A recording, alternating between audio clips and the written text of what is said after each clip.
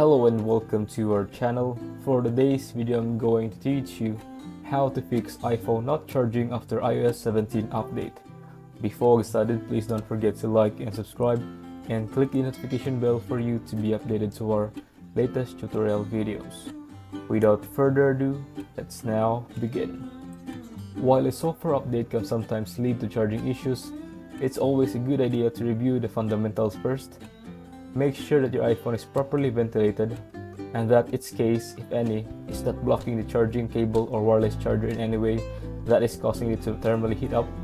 The reason for doing that is this: although this latest iPhone OS has brought in several quality of life upgrades, it is not without its flaws.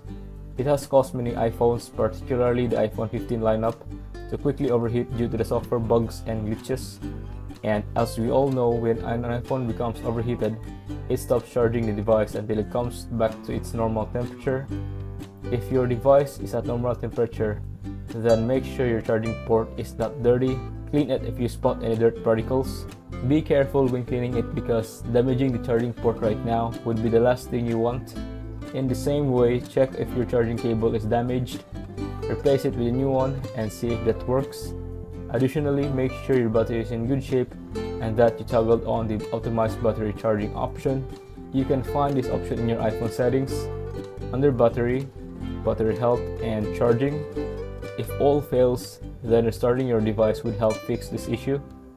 Restarting causes the device to fix any temporary bugs or glitches that are potentially causing your iPhone charging issues. To restart your device, press and hold the power button until you see the slide to power off screen. Power off your iPhone device and then restart it. If you found this video helpful, leave a thumbs up, share it to your friends, and hit the subscribe button. Thanks for watching and I'll see you soon in the next video.